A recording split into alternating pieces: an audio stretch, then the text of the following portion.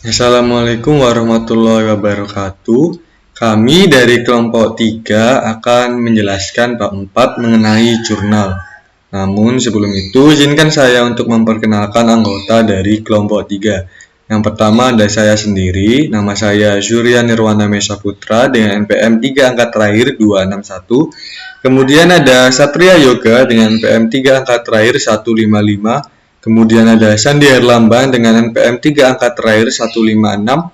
Kemudian ada Al-Fatih Ramadan dengan NPM 3 angka terakhir 265. Kemudian ada Ahmad Rafli Maulana dengan NPM 3 angka terakhir 278. Kemudian ada Rafa Pramudion dengan NPM 3 angka terakhir 279.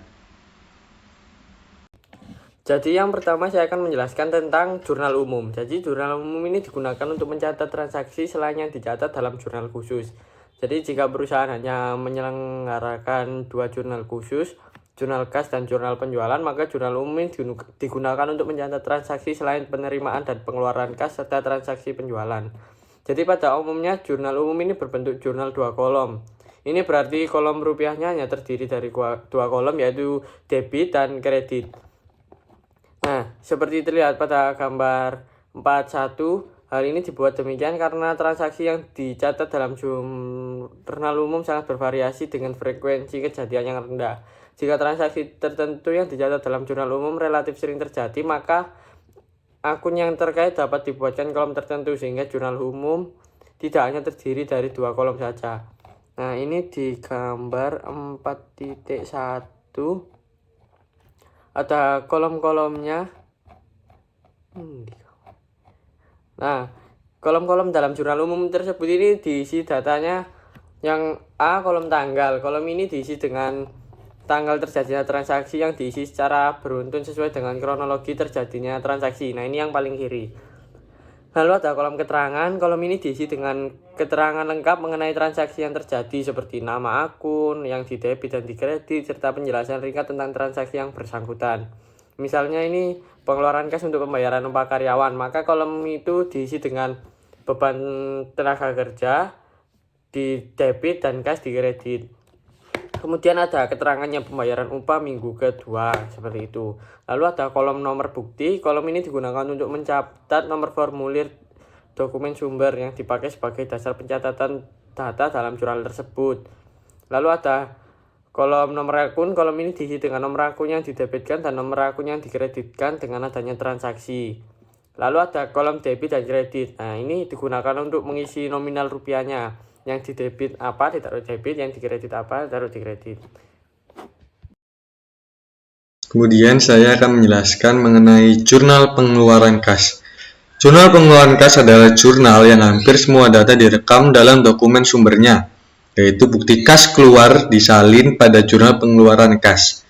Dalam menyalin bukti kas perlu ketelitian yang maksimal, karena menyalin informasi merupakan pekerjaan yang mempunyai risiko kesalahan yang tinggi dan manusiawi. Oleh karena itu, perancangan jurnal pengeluaran kas sedapat mungkin pekerjaan menyalin informasi dari dokumen sumber ke dalam jurnal dibuat seminim mungkin. Dalam metode pembukuan tertentu, dokumen pembukuan diisi atas formulir jurnal yang menyebabkan jurnal dihasilkan dari pembuatan dokumen pembukuan. Dengan demikian, menyalin data dari sumber dokumen ke dalam jurnal dapat dihindari. Seringkali arsip dokumen dapat menggantikan jurnal untuk menghindari pekerjaan menyalin. Contohnya, dalam pencatatan transaksi penjualan, faktur penjualan dapat disimpan menurut tanggalnya yang sekaligus berfungsi sebagai jurnal penjualan. Pada contoh hal ini, terdapat kolom tanggal yang menandakan bahwa transaksi pengeluaran kas tersebut dilakukan pada tanggal berapa dan keterangan yang berisikan kas keluar itu karena apa. Kenalkan, nama saya Sandi Herlambang dengan NPM akhir 156. Baik, yang selanjutnya saya akan menjelaskan mengenai jurnal khusus penjualan. Nah, di jurnal khusus penjualan ini, sesuai namanya, itu digunakan untuk mencatat transaksi-transaksi yang berkaitan dengan penjualan. Namun, hanya penjualan secara kredit. Kalau penjualan secara tunai atau cash, itu dicatat di jurnal yang lain. Nah, karena penjualan secara kredit, maka akun yang terlibat itu hanya akun piutang dan akun penjualan. Nah, untuk bentuk jurnalnya sendiri itu sama seperti jurnal umum atau jurnal-jurnal yang lain, yaitu yang pertama ada kolom tanggal, yang kedua itu kolom keterangan, kolom ketiga itu ref, yang kolom keempat dan lima itu kolom debit dan kredit. Di kolom debit tentu saja akan diisi oleh eh, akun piutang, dan di kolom kredit itu akun penjualan. Nah, setelah apa ya, istilahnya setelah jurnal akhir bulan itu, jurnal penjualan ini juga akan dipindahkan ke buku besar. Oke, kita lanjut ke jurnal pembelian. Jadi apa sih jurnal pembelian itu? Jurnal pembelian adalah catatan akuntansi yang digunakan untuk mencatat semua transaksi pembelian barang atau jasa secara kredit yang dilakukan oleh suatu perusahaan. Nah, terus fungsinya dari jurnal pembelian ini apa? Fungsi dari jurnal pembelian yang pertama itu mencatat transaksi pembelian kredit. Nah, jurnal ini kan khusus mencatat pembelian yang dilakukan secara kredit ya, bukan tunai. Kemudian yang kedua, memudahkan pelacakan utang. Kalau misalnya ada utang, jurnal ini membantu perusahaan melacak utang kepada pemasok atau supplier. Yang ketiga, dasar penyusunan laporan keuangan. Nah, data dari jurnal pembelian ini digunakan untuk menyusun laporan keuangan seperti laporan laba rugi dan neraca. Nah, yang keempat, itu pengendalian internal. Jurnal ini membantu dalam mengontrol dan memverifikasi transaksi pembelian. Terus formatnya tuh gimana sih dari jurnal pembelian? Itu yang pertama ada tanggal, terus yang kedua itu nama pemasok, yang ketiga itu nomor faktur, yang keempat keterangan, yang kelima jumlah, kemudian yang keenam itu akun utang dagangnya, terus yang ketujuh itu akun pembelian. Nah, proses pencatatan dari jurnal pembelian itu yang pertama itu kita harus identifikasi transaksi dulu ya, pastikan transaksi adalah pembelian kredit.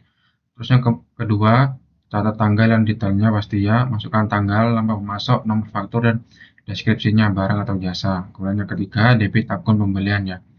Mencatat nilai pembelian sebagai debit di akun pembelian. Terus yang keempat, kredit akun utang dagang, mencatat nilai pembelian sebagai kredit di akun utang dagang.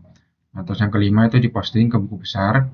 Nah, data dari jurnal pembelian ini kemudian diposting ke buku besar, akun pembelian dan utang dagang. Perbedaannya jurnal pembelian dari jurnal pengeluaran kas itu apa? Jurnal pembelian ini hanya mencatat pembelian secara kredit.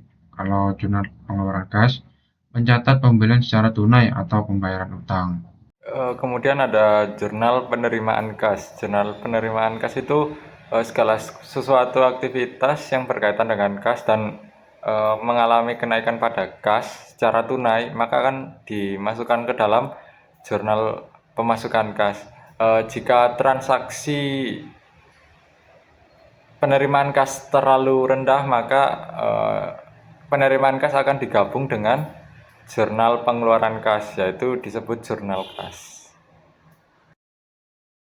Selanjutnya, saya akan menjelaskan dengan mesin pembukuan. Informasi dalam dokumen sumber dicatat dalam jurnal dengan mesin pembukuan, bersamaan dengan pembukuan ke dalam akun buku terpembantu. Pencatatan ke dalam jurnal dapat pula dilakukan bersamaan dengan pembuatan dokumen sumber, yaitu dengan menggunakan jurnal dari akun buku pembantu sebagai tembusannya pada saat pembuatan dokumen sumber. Dalam kedua cara tersebut, jurnal diperoleh sebagai tembusan pencatatan ke dalam akun buku pembantu atau tembusan pencatatan informasi di dalam dokumen sumber. Contohnya pada gambar di atas, yaitu dokumen sumber,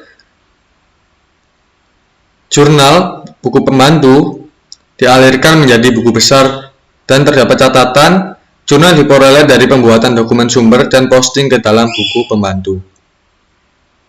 Lalu ada dokumen sumber sebagai jurnal di gambar 4.8 ini.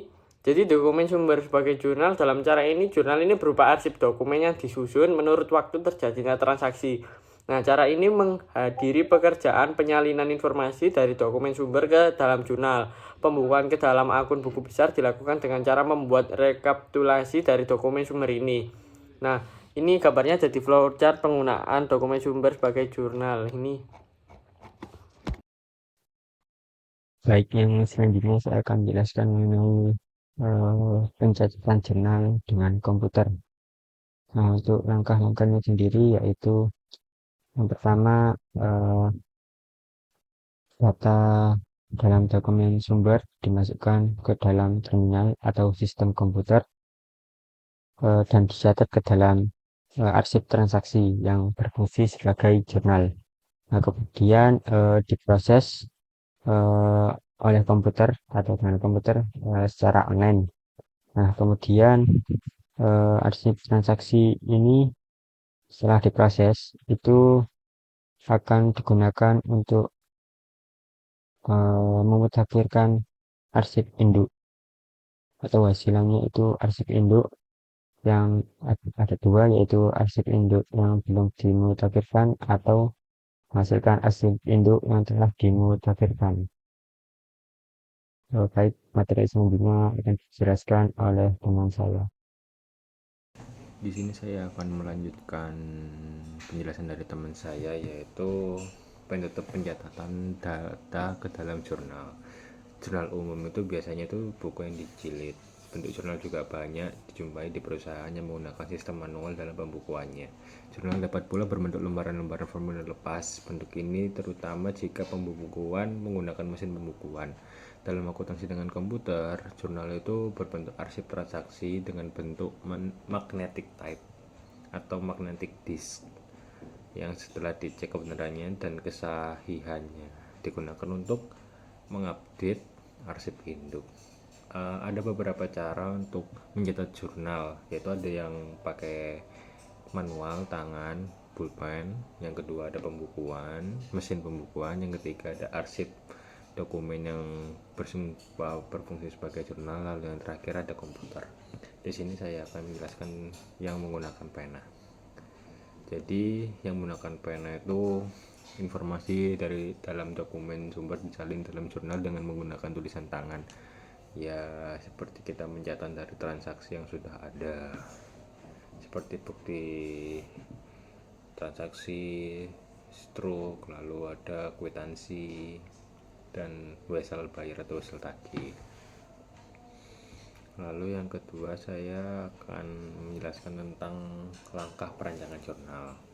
Ada langkah-langkah yang bisa ditempuh oleh ahli sistem dalam merancang jurnal. Yang pertama itu mengumpulkan informasi mengenai karakteristik transaksi sebelum yang terjadi dalam perusahaan.